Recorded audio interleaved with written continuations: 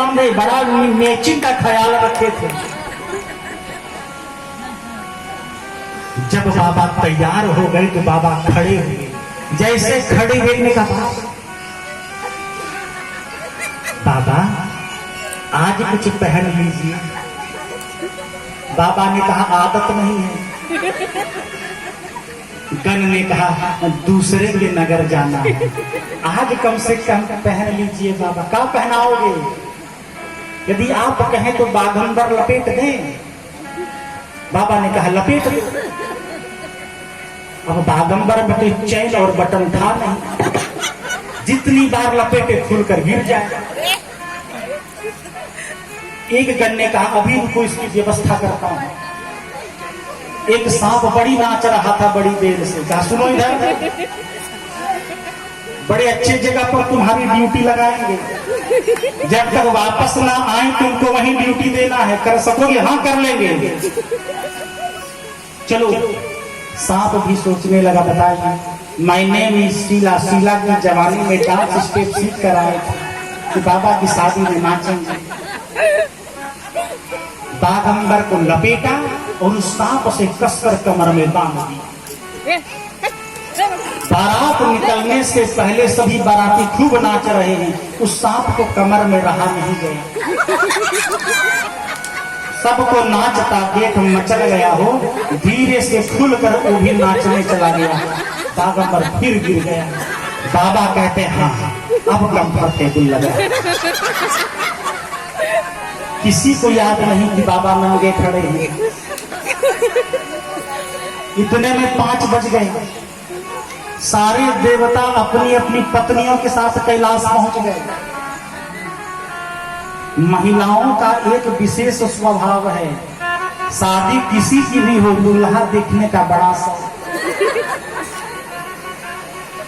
फलाना के दूल्हा के देख लू। हाँ चल देखे। देवराज इंद्र की पत्नी सबसे पहले दूल्हा सरकार को खोज रही है, कहाँ है? नंदी ने कहा दूल्हा सरकार को देखना है, वहां बैठे हैं। जल्दी जल्दी देवी सची गए। जैसे ही देखी सबको बुलाया। अरे देखे सिवही सुर तिया मुस्काही, वरदायक दुल्हन जगना। सब विचार करने लगी, बाप रे बाप, इतने विकराल दूल्हे के लिए भी ब्रह्मा जी ने दुल्हन बनाया है। इतने में विष्णु जी आ गए। विष्णु जी ने देखा कि जोड़ी बैठ नहीं रही है। जब तक हम लोग रहेंगे बाबा वाले आ नहीं पाएंगे। काहे? बाबा भूतनाथ है। जब तक देवता रहेंगे भूत आ नहीं सकेंगे। विष्णु ने देवराज इंद्र से कहा आप देवताओं की समाज को लेकर आगे चलिए। विष्णु जी के कहने पर देवराज इंद्र देव समाज को लेकर चल पड़े। जैसे ही बाराती निकले, नंदी ने कहा भोलेनाथ बारात गई, आप कहें तो आगे निकले। बाबा ने कहा रुको, यही रुको। जो मजा अपने ग्रुप में है नंदी और दूसरे ग्रुप में नहीं है। ग्रुप समझे? आज भी गांव से जब बाराती जाते हैं या बाराती कोई आते हैं तो ग्रुप में बंट जाते हैं। आई बाला एक जगह, आई बाला एक जगह, आई बाला एक जगह। अपन अपन ग्रुप है। बाबा ने कहा बुलाओ हमारे ग्रुप वाले को। नंदी ने निकाली तुतुहिया।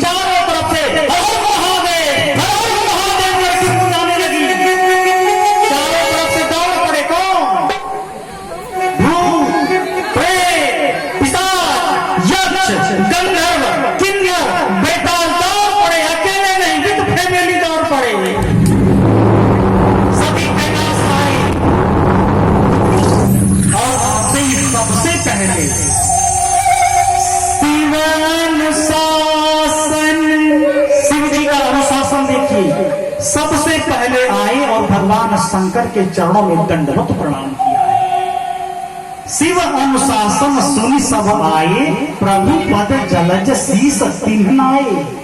नाना वाहन नाना वेशा, बिहसे शिव समाज निज देखा।